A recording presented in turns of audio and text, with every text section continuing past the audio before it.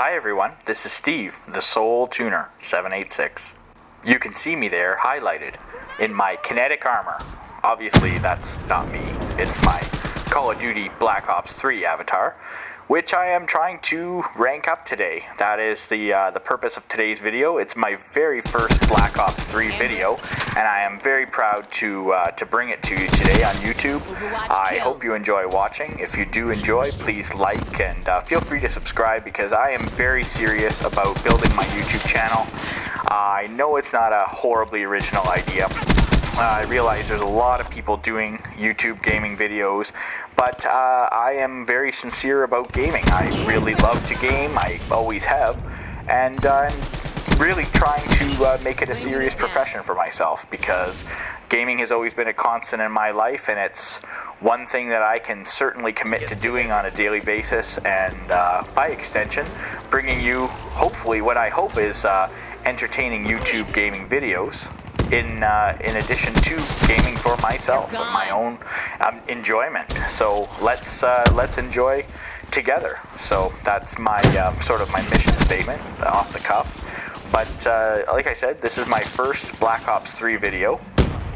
Being my first video, the reason it is only, now the game was released, I think something like almost 6 months ago. As I record this, it is the end of March 2016. So the game's been out for approximately 5 or 6 months, I believe. It was around Christmas time that it was released, and obviously there's a lot of expert players, as you will see in today's video. I'm doing some online play against people who are wicked good at it. I've obviously edited the video just to show you the highlight reel, and basically not just to show off how great I am, because I'll be honest, I'm not that good at Call of Duty. It's never really been my favorite game, but I can definitely see on the next-gen console platform why people love this game. Now that I finally have my own PS4, kind of getting up to speed. It's taken me a few years for that too. But I've played the game in its past iterations over the years, but never really seriously. I've never owned a copy of Call of Duty of my own, so I've never really spent that much time in the environment. So my grasp of the controls and my knowledge of the tactics are sort of lame, sort of low, and but I'm playing catch up, and I'm really enjoying doing it. Like it's a great game. It's got all the right ingredients. It's a really well polished, well put together game. Obviously, they've made something to the tune of billions. Each title makes several $1 billion or something like that. It's always a record-setting release whenever a new Call of Duty comes out, because it's got such an amazing following, and such an amazing fan base, such a huge fan base, because it appeals to a lot of different people. It's fairly basic in its concept. I mean, I was talking with my nephew the other day, who is obviously much younger than me, and I was asking him if he remembered the game. What was it called? If he remembered GoldenEye for Nintendo 64, and he looked at me like I had 3 heads, didn't know what Nintendo 64 even was as a platform, so obviously he didn't remember the game GoldenEye, but I do, and it was, I'm obviously dating myself. It was back in like 95, 96, and at that time, it was a fantastic game. It was a real groundbreaker as far as I'm concerned, and it had huge financial success, and but basically the physics and the sort of the concept of a first-person shooter in a 3D environment sort of really took off at that time, and I've seen the evolution of that same method of gameplay. Obviously has really developed a long way, but I'm sort of beating around the bush. First-person shooters have never really been my game choice. I've always been more of an RPG type gamer. Obviously, Grand Theft Auto 5 is my current favorite, absolutely loving it, but I've also got my hands on Far Cry 4, which is, to me, in terms of physics and controls, very similar to Call of Duty, except with a very different twist. Obviously, the storyline is very different. The scenario is totally different as well. But Call of Duty is a lot of fun. I'm playing through the story mode, and I'm just trying to get caught up because I have tried the online play and got totally pwned because I had no idea what I was doing. The controls were so unfamiliar to me, and obviously, like, even the double jump with the like the rocket boost, it's just something totally I wouldn't say unique to this game, because I think Modern Warfare 3 or Advanced Warfare, sorry, also had something similar, but again, I didn't play it an awful lot, so I'm kind of playing catch up, and again, having a lot of fun doing it, obviously, because it's it's a great game, and I'm enjoying getting my ass handed to me over and over again online because there's so many experts out there, and I just am quite a noob to this. So I'm not going to lie and say that I'm really great at this game, because I'm not, but I had a lot of fun making this video. Please stay tuned. I've got a lot of ideas for videos. I've got a handful of excellent games now for the PS4. Got an awesome deal. Maybe I'll do a show about that as well. But I've got my 3 absolutely most favorite and games that I am absolutely the most excited about playing at this very moment. Obviously, Black Ops 3, number 1, Grand Theft Auto 5, which I have played the hell out of on the Xbox 360, and and Far Cry 4, and that's maybe not the most popular game at the moment, but it is definitely one of my favorites, and I've loved that series as well. But I'm getting off the topic.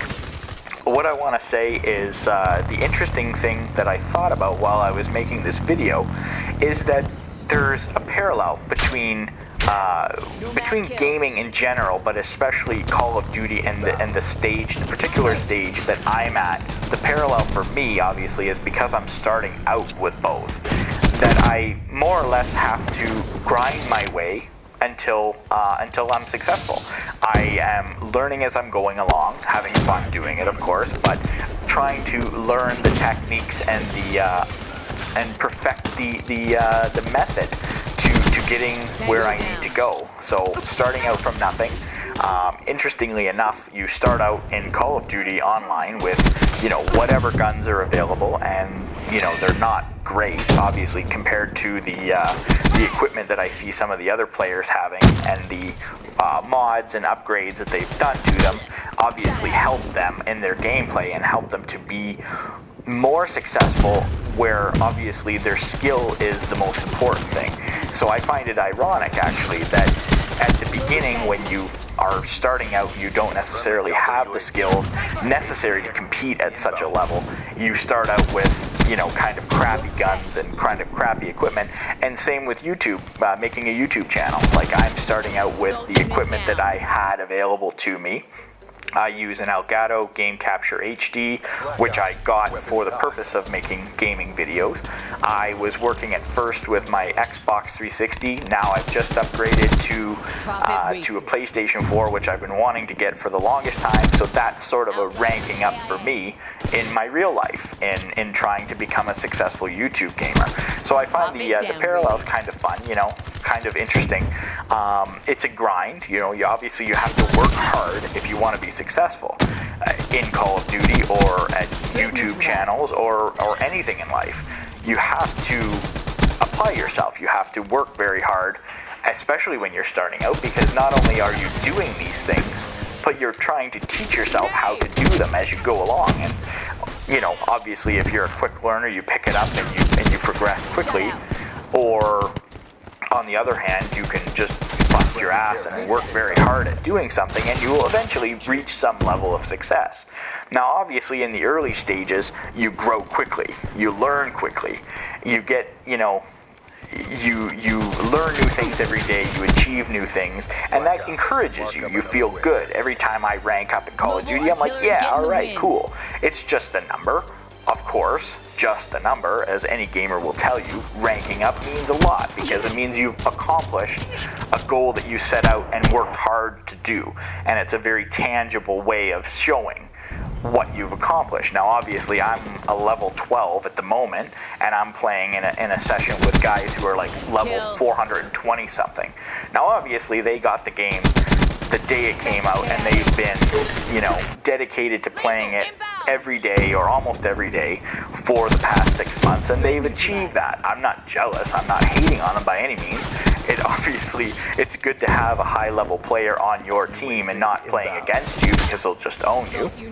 But you know, it's a sign of accomplishment. You know, so obviously as time passes, your equipment gets better, and therefore so your results, right? So your upgrades sort of come as another sort of a tangible result of your accomplishments, and like I said, the irony of it is that as you progress, you get better stuff, and then you have an easier time doing what before was a very difficult task. Now you're able to do these, you know, the same level of, you know, accomplishment at a very much easier.